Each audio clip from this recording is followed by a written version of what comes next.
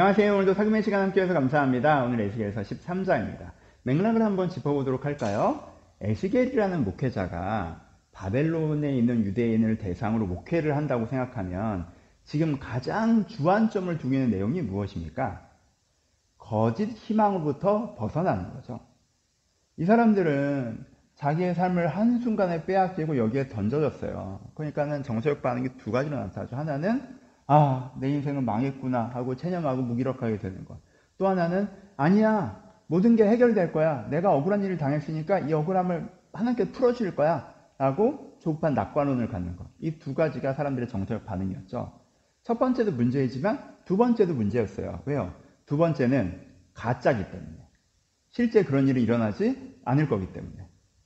그런데도 불구하고 그 일이 일어날 것처럼 생각하고 있는 게 진짜 희망을 붙잡을 기회를 빼앗기 때문에 이 가짜 희망을 붙잡고 있는 게 이들에게 큰 문제라는 게 에스겔의 인식이었고, 에스겔은 이 부분을 해결하기 위해서 설교를 진행해 나가는 부분이 있죠. 그래서 앞부분은 주로 무엇을 얘기한 거예요? 야, 예루살렘은 망해. 예루살렘이 너희들을 도와줘서 너희들을 회복시킨다? 말도 안 되는 얘기야. 걔네들 망해. 하나님이 걔네들을 버리셨어. 하나님 걔네들을 사용하지 않으셔. 걔네들 망해. 라는 얘기를 환상을 통해서 행동설교를 통해서 계속하고 있죠. 그리고 이제는 오늘 13장의 구체적으로 무슨 얘기를 하고 있는 거예요? 그런데도 불구하고 니네들 주변에 너희들 듣기 좋은 소리 해주는 가짜 예언자, 가짜 선지자의 얘기만 듣고 지금 낙관론을 갖고 있는 게 문제야. 그래서 진짜 큰일 난다? 이 얘기를 하고 있는 것이죠. 그렇죠? 그게 13장의 핵심적인 내용입니다. 바벨론 포로들이 갖고 있는 문제죠. 이들이 거짓 예언자, 거짓 선지자, 거짓 예언자의 말에 귀를 기울이고 있는 문제점에 대해서 지적하고 계십니다. 첫 번째 단락부터 살펴보죠. 거짓 선지자에 대한 얘기를 하죠. 이 사람들은 주로 남자들, 주로 뭘 얘기해요? 역사의 방향성에 대해서 얘기하죠.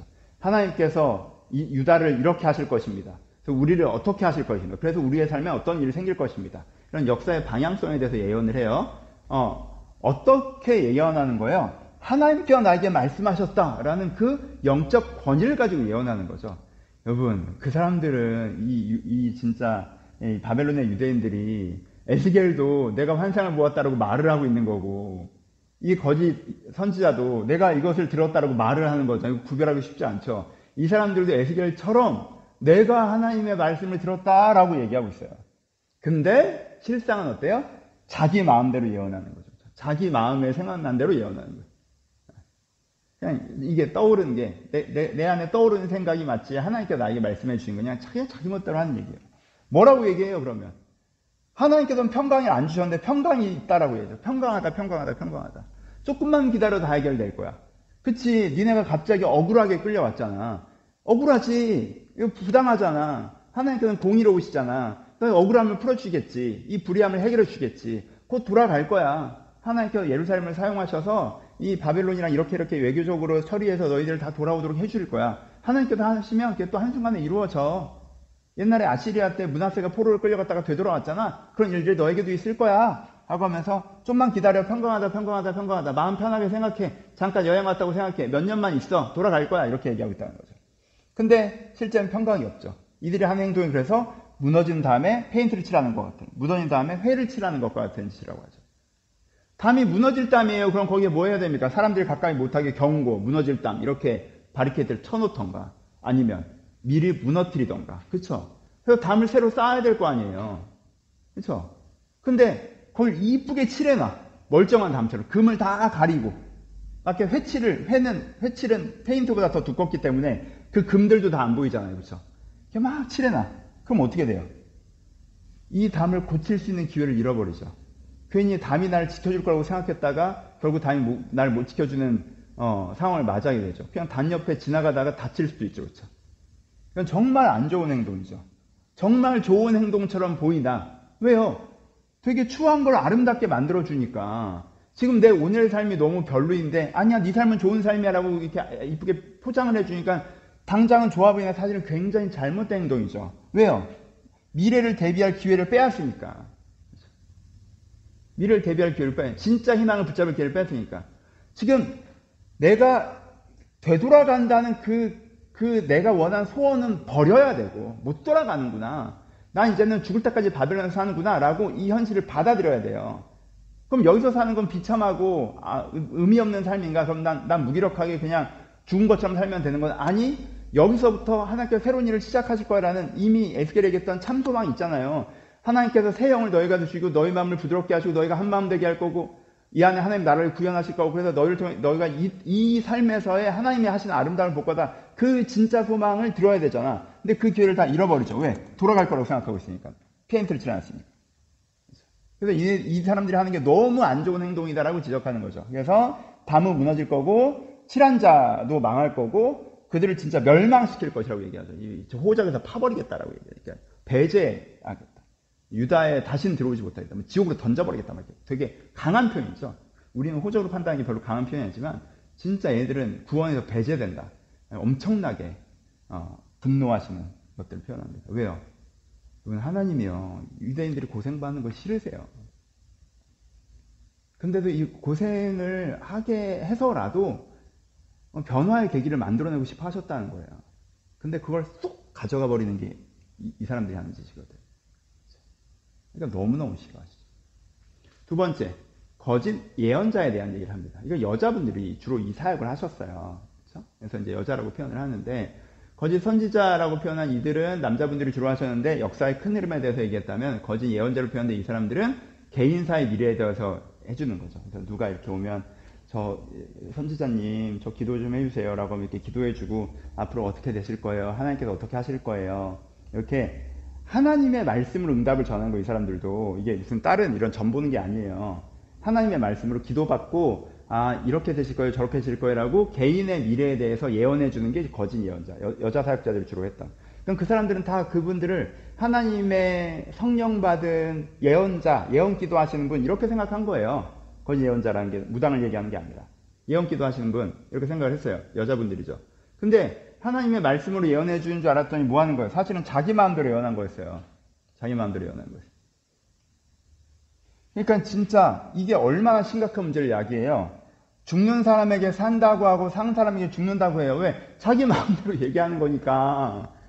가끔 맞힐 때도 있겠죠. 그냥 주사위 던듯이 하는 거니까 살 사람한테 산다고 얘기하는 경우도 있고 죽을 사람한테 죽는다고 얘기하는 경우도 있겠지만 어떤 경우는 죽을 사람한테 산다고 한단 말이야. 그럼 이 사람에게 뭘 뺏어요? 살 수 있는 기회를 뺏었죠. 너 이대로 하다간 큰일 나 라는 얘기를 해줘야 될 시점에 앞으로 잘 될 거예요 라고 얘기하니까 이 사람이 그래 잘 될 거구나 라고 하다가 완전 망한단 말이야. 살 사람이 죽는다고 얘기해요. 잘 하고 있어요. 이렇게만 걸어가면 될 거야. 근데 하나님께서 말씀하셨어. 너 그렇게 살면 안 돼 라고 얘기해주고 그러니까 이 사람이 혼란에 빠져. 그래서 살 사람이 죽는 일이 벌어진다는 거예요. 기가 막힌 거지. 이게 더 위험하다고 얘기해요. 그쵸? 왜? 이게 한 사람 한 사람 개인적으로 타겟팅해서 개인의 삶들을 무너뜨리잖아. 그쵸? 그러면서 되게 자기가 영적 권위가 있는 것처럼 부적을 사용하는데 얘도 부적이라고 하니까 뭐 우리는 되게 딱 그렇게 무슨 그런 점집인가 보다 생각하지만 그 당시로 표현하면 어떤 영적 표징 같은 걸 주는 거예요. 이게 믿을 수 있는 되게 신성한 묵주를 주듯이 내 말이 맞다는 걸 이 물건이 증명해 라는 식으로. 그래서 이걸 붙잡고 내가 너한테 얘기해 준 게 하나님의 뜻이라는 걸 기억해 라는 걸 주는 거야. 그럼 사람들이 그걸 붙잡고 그래 하나님께서 나에게 이렇게 말씀하셨어 이렇게 한다는 거지. 그렇죠? 그런데 이 사람들에서 하나님 너무 싫어하시죠. 얘네들이 왜 이래요? 얼마간의 벌이와 떡을 위해서 얼마간의 수익을 위해서 너는 영혼을 사냥하고 있다. 이 표현을 반복해서 쓰시죠. 이 행동이 얼마나 잘못된 행동이 영혼을 사냥하고 있다고 표현합니다. 이건 되게 위험한. 왜? 같은 문제죠. 악인의 손을 굳게 하여서 돌이킬 기회를 빼앗으니까. 그래서 여기서는요. 내가 너희들을 이 가짜 예언자들을 심판하고 내 백성을 거기서 너희들을 손에서 건져낼 것이다. 라고 얘기하세요. 그렇죠? 그러니까 이거를 들은 사람들은 내가 에스겔님의 말씀을 들어보니까 거짓 선지자와 거짓 예언자들의 말에 빠져서 내가 변화할 기회를 빼앗고 있지 않나? 이러다간 다 망하는 거 아닌가? 내가 여기서 벗어나야겠구나 라는 생각을 할 수 있었어야겠죠. 에스겔 그러길 바라면서 이 설교를 하고 있습니다. 적용해 보죠. 적용 전에 여러분 저는 가끔 이렇게 하면 여기에 약간 꽂히시는 분이 있어요. 그래서 거짓 예언자 누가 뭐 기도하고 이런 거는 진짜 아니야. 예언이랑 예언 기도 이런 건 없어. 막 이렇게 하고 그러는데 그건 아니죠, 여러분. 여기서 예언 자체를 부정하면 여기서 설교, 목회자를 부정해야 돼요. 그러니까 이 선한 선자가 있고 선한 개인 중보자, 개인 예언자가 있을 수 있어요. 근데 여기서는 가짜여서 문제가 되는 걸 기억하시고 들어가셨으면 좋겠습니다. 해봅시다. 적용해보죠. 첫 번째는 우리가 거짓 선지자나 거짓 예언자가 되지 않을지 스스로 조심해야겠죠. 모르면서 함부로 말하지 맙시다. 내 마음에 생각나는 건데, 자기 마음에 생각나는 건데 이게 하나님의 뜻인 양 스스로 속으시면 안 돼요. 하나님께서 저렇게 하는 거 싫어하시지 않을까? 야, 하나님께서 너 그렇게 하는 거 싫어하실 거야. 너 틀린 것 같아. 자기 도덕적인 기준이면서. 하나님께 그렇게 하는 거 좋아하시겠지. 하나님께 그걸 좋아하실 거야. 자기 사회적인 기준이면서. 거기 하나님의 뜻을 함부로 붙이시면 안 되죠. 그렇죠? 그래, 하나님께서 잘해줄 거야. 그래, 잘 될 거야. 내가 기도해봤는데 잘 될 것 같아. 진짜 응답 받았어요? 아니면 여러분들 마음에서 나오는 소리를 그냥 하는 거예요? 여러분들 기도해보다가 진짜 하나님께 그런 마음 주셔서 우리가 성도의 교제로 내가 널 위해서 기도하는데 하나님께서 뭐 나한테는 소망을 주시더라. 이렇게 얘기하는 거 너무 좋은 거죠. 하는데 이게 조심스러워야 된다는 거예요. 그런 말을 절대 하면 안 된다는 게 아니라 제 생각엔 이게 하나님의 뜻인 것 같습니다. 하나님께 이거 싫어하실 것 같습니다. 이거 좋아하실 것 같습니다. 라고 내가 나눌 수 있지. 하지만 여러분들이 너무 쉽게 그러면 안 돼요. 조심하셔야 돼요. 함부로 하면 안 돼요. 여러분들 상식이면서 이렇게 하는 거 하나님 뜻이 아닌 것 같다. 이렇게 하는 거 하나님의 뜻인 것 같다. 하나님께서 널 그래 돌봐줄 것 같다. 에이, 이렇게 내가 거짓 선자와 거짓 예언자로 다른 사람에게 하고 있지는 않은지 스스로 여러분들의 가운데 있는 마음을 잘 돌아보시고 하나님을 저도 잘 안 하지 않아요? 하나님을 빙자하는 거예요. 굉장히 조심스러우셔야 돼요. 두 번째, 이건 뭐 우리가 이럴 때 많지 않고, 두 번째, 이게 우리가 실수할 수 있는 거죠. 듣기 좋은 소리라고 해도 듣기 좋은 소리라고 응답이라고 생각하지 마세요. 여러분, 내가 이런저런 말씀을 읽으면서 이런저런 게 있어요. 그러면은 내가 듣고 싶은 말씀이 있었어. 그러면 어떤 게 딱 저 말씀이 진짜 응답인 것 같다 이렇게 될 수 있겠죠. 이거 되게 조심하셔야 돼요. 여러분 왜 거짓 선지자와 거짓 예언자가 횡행했었습니까? 사람들이 이 말씀을 듣고 좋으니까 이 얘기가 제일 좋잖아. 빨리 돌아가고 싶잖아. 돌아간다는데 얼마나 좋아. 그러니까 쏠렸겠죠. 그래서 서로가 서로를 계속 끌고 내려가는 거죠. 그렇죠? 이 사람들이 다 경건한 사람들이라서 이런 사람들이 이렇게 얘기를 해도 내가 기도해 볼 땐 그거 아닌데 영적인 흐름이 저 사람들 되게 그런 이상한 소리를 하는 사람들이네. 너무 가벼운 듣기 좋은 소리 하는 예언자 선지자네 라고 대중이 영적으로 성숙했으면 이 사람들이 뛰질 않았겠지. 그치? 안 떴으면 에스겔이 이렇게까지 열받지 않을 거고. 근데 이렇게 떴던 이유는 이 소리가 듣기 좋으니까 응답이라고 생각하는 사람 숫자가 많았다는 거잖아요. 그렇죠? 그러니까 여러분 듣기 좋은 얘기를 탁 캐치해서 이게 응답일 거라고 딱 붙잡지 마세요. 그러지 마시고 깊이 들어가셔야 돼요. 내가 하나님의 뜻을 분별해 나가는 방향성 어느 정도 아시잖아요. 깊이 들어가셔야 돼요. 이게 세 번째. 최종적인 응답은 스스로 받아라. 여러분 최종적인 응답은 스스로 받으셔야 돼요. 여러분 내가 응답받을 줄 알아야 돼요. 내가 응답받는 그 루트를 뚫으셔야 된단 말이에요. 내가 하나님께서 나에게 말씀하신 건지 무엇인지 모르면 몸부림치면서 내가 기도하고 묵상하고 이런 중에 내가 하나님의 응답을 받는 게 무엇인지 알아가는 내 마음에 주시는 여러 가지 생각과 마음속에서도 가짜들을 분별해내고 하나님께 주신 응답들을 좀 찾아내고 또 그것도 실패했다가 내가 오해했구나 했다가 다시 한번 시도하면서 이건 그래도 하나님께 주신 응답이었구나 이걸 몇 년 동안 하면서 내가 하나님과 교제하는 그 감각을 키우셔야 된단 말이에요. 근데 이걸 하기 싫으니까 이게 잘 안 되니까 이걸 어떻게 하는지 잘 모르겠으니까 영적 게으름으로 이건 영적 게으름이죠. 누가 해주는 이야기가 하나님의 응답인 양 탁 잡고 싶어하는 거 그건 안 돼요. 그 게으름은 큰 문제를 만들어요. 큰 문제를 만들어요. 보세요. 이건 뭐 중요한 건 간단하게 신뢰의 한계라고 얘기하는데 일과 배. 여러분들에게 이런 거짓 선지자가 아니라 진짜 선지자와 진짜 예언자들도 있죠. 날 위해서 기도해주고 어떤 마음을 갖고 좋은 예언을 해주는 분. 이게 예언이라는 표현이 너무 과도한 표현이긴 하지만 날 위해서 진짜 나보다 신앙이 성숙해서 날 위해서 기도해주고 어떤 조언을 해주는 분들도 있고 정말 이 시대를 향한 말씀에 대한 깊은 통찰을 갖고 나한테 하나님께서 이 시대에 갖고 있는 말씀이 무엇인지 방향성을 얘기해 주는 분들도 있어요. 하지만 그분들의 얘기가 100% 나한테 맞을까? 아니죠. 내가 내 응답을 구별할 때도 100% 구별을 못하는데 그 사람들이 나한테 맞는 응답을 어떻게 구별을 합니까? 그러니까 그 사람들의 이야기를 들을 때에도 내가 100% 신뢰하면 안 돼요. 그러니까 어떤 사람을 통해서 말씀이 들렸다고 해서 이게 진짜 하나님께서 말씀해 주신 게 이 사람 통해서 들려졌네 라는 경험 한 번 했다고 해서 그 사람 말을 그 사람 100% 신뢰한다? 절대. 섞여 있단 말이야. 그 사람이 하나님 뜻을 나한테 전할 때도 있지만 자기 생각이나 왜곡된 생각을 나한테 전달할 수도 있어요. 그렇죠? 그렇게 생각하셔야 돼요.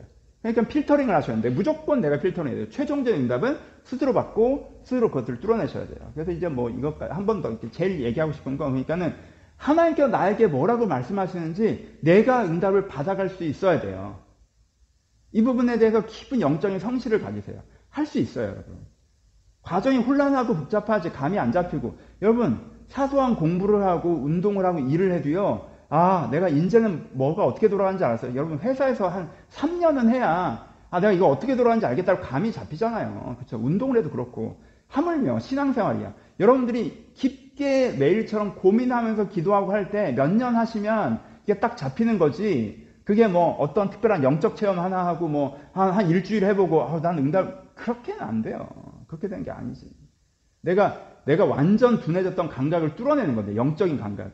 근데 하시면 돼요. 하나님께 여러분들 분명히 말씀하고 계시고요. 여러분들 그것을 감각할 수 있는 영적인 감각들이 열리는 시점들이 옵니다. 그러니 여러분 딴 데 가서 뭘 하지 마시고 정말 내가 응답받을 수 있는 사람으로 서시면 이런 일이 흔들리지 않죠. 그렇게 우리 중심을 잘 세우셨으면 좋겠습니다. 감사합니다.